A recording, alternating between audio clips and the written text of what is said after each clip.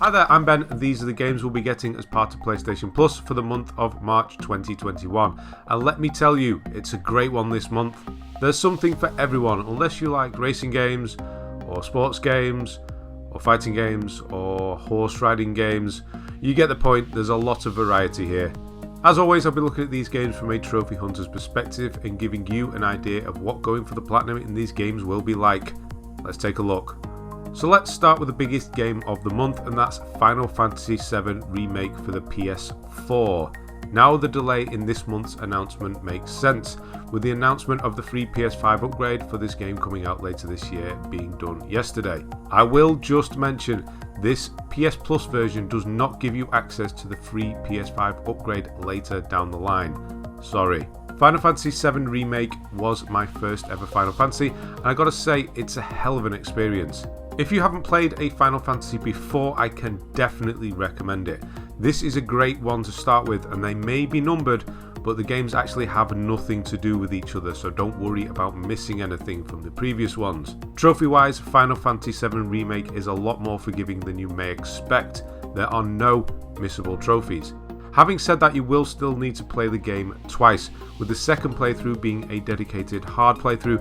Everything else should be done during the first playthrough. There is a lot of side quest activities and boss fights to do in the first playthrough, and you need to do everything. But like I said, nothing is missable, so you're free to go at your own pace. The difficulty in this game actually lies with some of the VR mission boss fights. You will need to bring your A game for those.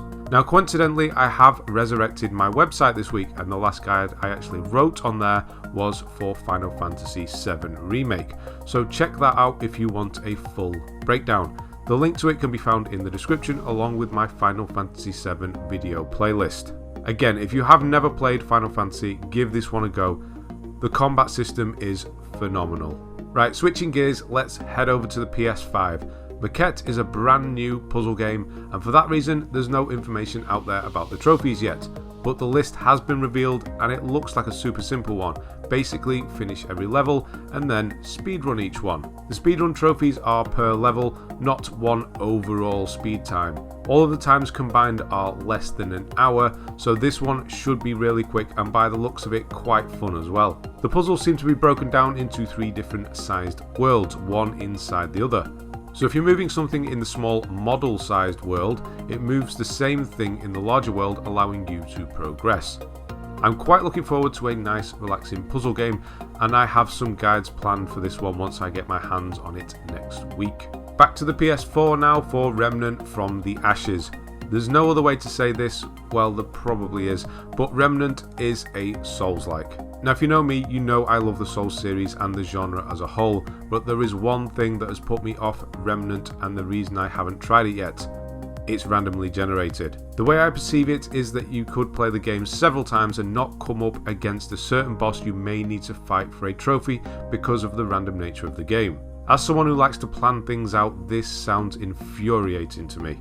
Now there is a way around this problem, but it involves another one of those pet peeves that trophy hunters have: online multiplayer. If someone is up against the boss you need the trophy for, they can let you know and you can jump into their game and both earn the trophy at the same time. Organising a group and playing together with this one definitely sounds like the way to go. I really love the look of this game, but the random nature of it really does put me off, which is a shame. Finally this month, that's right, we're getting a 4th game. We have Farpoint. Unfortunately, this is a VR only title, but it's nice to get these once in a while. Now if having to own a VR yourself is a problem because you haven't picked one up yet, I'll just let you know. To get the platinum for this game, you also need a friend with a VR because the game has co-op trophies. The game itself certainly looks interesting. Exploring an alien planet in VR sounds like fun. It looks like it may actually be scary in places as well. From what I've read, the main portion of the game's trophies are simple enough, but there's a challenge mode that drastically ramps up the difficulty. Like me, I'm guessing most of you will probably skip this one, which is a shame because the developers really support the game and have released a bunch of free DLC. But again, it's VR and not many people at all have them. And that's it for this month, or is it? Well, yes and no. Destruction All-Stars is still going to be available during March, and as I didn't cover it properly in February's video because there were no guides to reference, I'll go over it now.